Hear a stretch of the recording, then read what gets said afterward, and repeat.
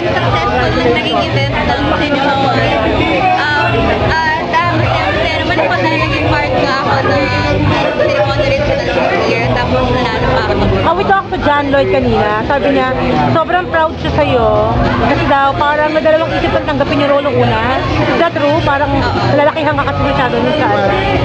Ayun, may takot lang pinakabahan ako kasi unang beses ko magagawa ng isang independent film na natakot ako parang baka hindi ko mapantayan yung galing na maibibigay ng mga kasamahan ko ng director ko, di ba? Baka hindi ko mag-meet expectations nila. Pero sinabi naman niya, nagdadalawang isip ka, kailangan mas matimbang na isa, matimbang yung gusto mong gawin, kailangan mo panindigan yun ng 100%. Kung hindi ka talaga sigurado, huwag mo na lang gawin, bibigyan mo ba ng problema yung ibang tao, di ba? So, anyway ko naman siya, naging mas matimbang naman talaga na gusto ko siyang gawin.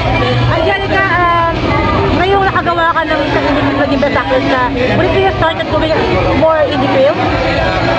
So far naman talaga nag-enjoy ako, may award o wala. Magandang experience siya, kumbaga, lakas makatao ng experience. Walang arty-artista sa kanila, hindi pwedeng maarte, ganyan. So, ibang-ibang experience. Very humbling experience kapag nasa independent film ka. Kasi di ba parang pag indie film sa pinag-uusapan yung TF, hindi naging issue sa'yo yung TF kahit kailan? Hindi, nagulat nga ako may bayad eh. Talaga? Okay. Pinaka naging challenge din sa'yo sa paggawa ng film? Unang-una, yung sistema, kasi sobrang bilis nilang magtrabaho.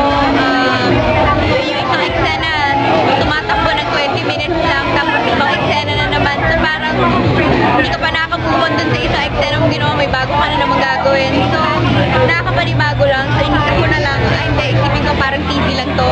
So, mabilis lang talaga yung pacing ng trabaho. After mo gawin to, ano yung nakita mong differences ng paggawa ng mainstream sa ng indie? Malayo talaga. Unang-una sa mga tao pa lang, ilan lang talaga kami nandun, maliit na grupo lang. So, kilala mo lahat.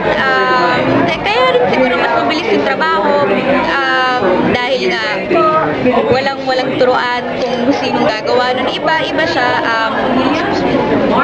Tsaka siguro, ikaw ang bahala sa sarili mo. Ikaw ang mag-calculate sa iyo. Sa memorable thing na hindi mo nilimutan dito sa paggawa mo nitong Alamatay China.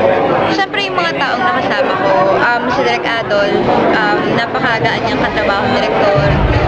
Sobrang simple pero rock, ganun. Masaya yung experience na